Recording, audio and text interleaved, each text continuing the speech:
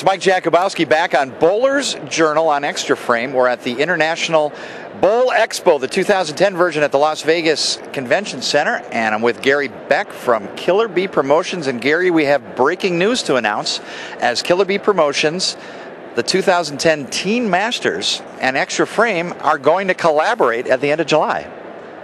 We're very excited to have the opportunity to have the PBA Xtra Frame cover all the rounds of match play from the 2010 Teen Masters Championships. It'll be a great experience for the kids.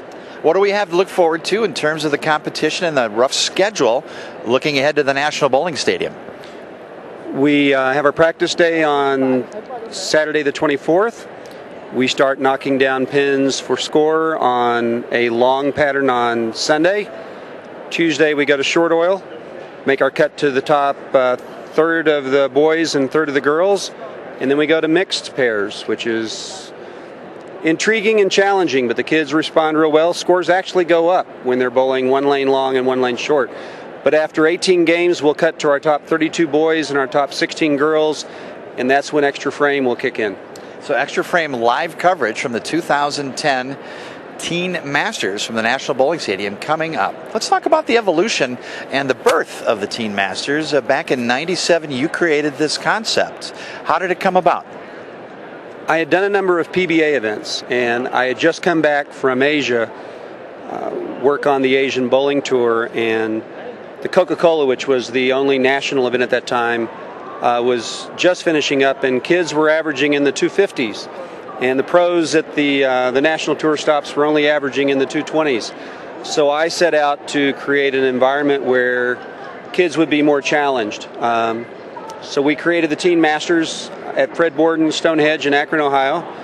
We put out the challenge that if you think you're a player, you need to be in Akron, and by the way, bring your spare game. We've been using challenging lane conditions ever since we started. But the kids have responded fabulously. They like to find out what their skills are compared to other kids from around the country. So it's the event's always been tough. We started using long and short oil in 2003 when we held our finals at the Kegel Training Center. But we've been using the format that we developed in 2003 ever since. Well, two things come to mind hearing you speak about that. One controversial and one not so. Which one you want first? I can't even believe controversial would come up in a conversation with me, but let's do controversial. Hey, it comes up in the message boards. The future of the sport. What is competing on a tough condition? What do you see as the future of bowling at the sport level, and does the Teen Masters promote that? How long is this segment? 8 or 9 hours. Cool. I'll use up 8.5. No, my personal opinion is that as bowling has advanced, we've created an environment in which there's not necessarily a connection between effort and reward. We've almost had to get defensive with oil patterns, and oil was not intended to keep the ball from getting to the pocket. We almost have to make the lanes tricky in order to make them fair or competitive, and that's unfortunate. I published a paper just a few months ago. Actually, I put it on the forum. We're using 70 times the volume of oil today than we used in 1970. And when you get oil that deep, it moves so much, and it moves rapidly. And the difference, or the potential for change, is just so great that I think the game's become way too complex. The genesis of the Teen Masters was kind of a reaction to scoring pace, but I'm not so much concerned about that anymore. I'm more concerned about the importance of matching up, throwing the right equipment at the right time. Who do you follow? Because that oil is moving around so much, sometimes who's ahead of you on the lane is more important than how well you bowl, and I think those things are unfortunate. So I'm working with the PBA, I'm working with Kegel, I'm working with Ebonite and Dexter, but we're having discussions on how we bring a little more logic to the scoring environment. And next year that's going to end up having standardized equipments that don't mutate the oil as much. We're going to bring the volume of oil down a bit so the game's a little more logical and a little more predictable. Now, there's some people who say I'm a lunatic, and they may be right, but I believe if we can offer an environment where your skills are more important than which particular ball you're throwing at a given time. It's something the kids will embrace, and I think the sport will grow. Now, there are people out there who are addicted to hooking the ball 40 boards, and more power to them. I mean, that's the game they enjoy and that's the game they want. That'll continue to be offered. But in my little niche of the world, I was right in '97 about kids wanting a challenge, and I think I'm right about this. And we've done some surveys. Kids have indicated they're more likely to bowl if we limited the equipment.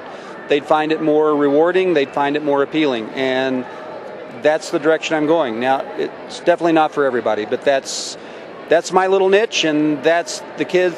That, I believe, is what the kids that participate in the Teen Masters are looking for. Is they want it to be about them. If they bowl well, they want to be rewarded, and if they don't bowl well, they want to know it's their fault. Well, that's part of the great conversation about the sport of bowling that goes back and forth. And the second part of the question, and we got that in well under 8 hours. The second part is that you're considered one of the innovative minds in terms of bowling production. You've been so for the last several years. Where does that inspiration come from? I just believe we live in an experience economy, and I believe, well, people who come to my event, let's say I have 400 kids, 398 of them are guaranteed to lose. But I don't want that to mean that they don't have a meaningful experience. So I'm not an inexpensive event. I'm the contrary. I'm a very expensive event. But we try to deliver value. We try to deliver an experience. We try to take things out of context and make them something that are memorable, even for those who don't perform as well as they might have wanted to. It doesn't all come from me. I mean, you just take yourself out of the bowling box and look at what other events do, and you can find things you can take from those and just try to make them into, you twist logic and make it a little different. You know, it's why we did the event at Universal Studios. It's why we did the event in the Fashion Show Mall. It takes away the standard expectations and gives a whole new experience to what we're doing. And where can I go online to find out more about the 2010 Teen Masters or any of your other productions? Well, there's a nice little link on pba.com, or you can go directly to teenmastersbowling.com. But we're working right now to put next year's schedule together. We're not done with this year yet, but we want to have more opportunities for kids to participate next year, and we're looking forward to another year of relationship with the PBA Tour. And then looking back on the history of the Teen Masters since 1997, a couple of your favorite success stories of players that have participated and come out either in the bowling world or outside of the bowling world to find success. Well, Michael Fagan was our first boys champion, and he just became a PBA champion this year.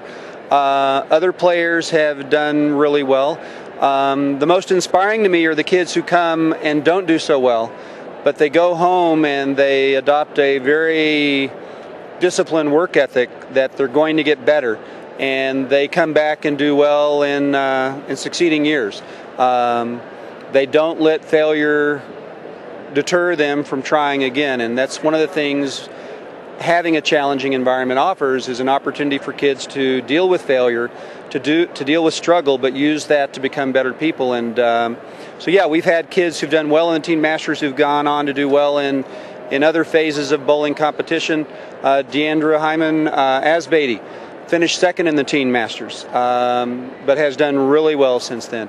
So it's been both girls and boys. And one thing I can announce to your audience is that I've just learned that Kelly Kulik will be on site all week at the Teen Masters, courtesy of Ebonite. So hopefully she'll be an inspiration to both the boys and girls who are in attendance. Excellent, excellent. Well, Gary Beck, thank you for stopping by here on Bowler's Journal on Xtra Frame. Breaking news, coverage of the 2010 Teen Masters live on Xtra Frame. Check out the Xtra Frame schedule at pba.com, and Mike J. Laneside and the bowling Dr. Jeff Mark, and even Kelly Kulik might stop by. Gary Beck from Killer Bee Promotions. This is Mike Jakubowski, and you're watching Bowler's Journal on Xtra Frame.